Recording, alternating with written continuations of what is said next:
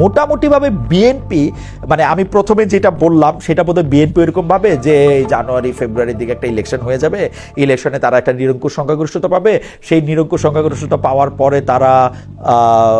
দেশ চালাতে হবে, সরকার চালাতে হবে, তারা তাদের মতো করে সিদ্ধান্ত নিতে হবে, এইটা বোধহয় তারাও এরকম করে ভাবতেছে। কিন্তু আমি কিন্তু এইখানে একটা কিন্তুর কথা বিএনপিকে স্মরণ করা দিতে চাই যে এত কিছু সব কিছু এত সহজ নাও হইতে পারে। আপনারা যে নিজেরা ক্ষমতায় আসবেন এইটা ধৈর্য নিয়া ওই যে দুইবার প্রধানমন্ত্রী থাকবেন নাকি দুইবারের পরে পরপর থাকবেন, দুইবার প্রধানমন্ত্রী থেকে একবার প্রেসিডেন্ট হয়ে আবার দুইবার প্রধানমন্ত্রী হবেন, এগুলি করবেন নাকি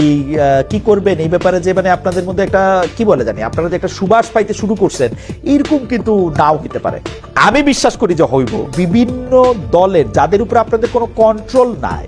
তাদের চাঁদাবাজির কারণে, তাদের বিভিন্ন রকম আমি কি বলবো গুন্ডামির কারণে অলরেডি কিন্তু বাংলাদেশে আপনারা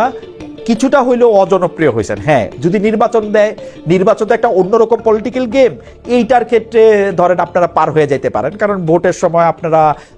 ক্ষমতা আছে, আপনাদের মাসেল আছে, টাকা থাকবে, আপনারা ইউ ক্যান ডু ইট। কিন্তু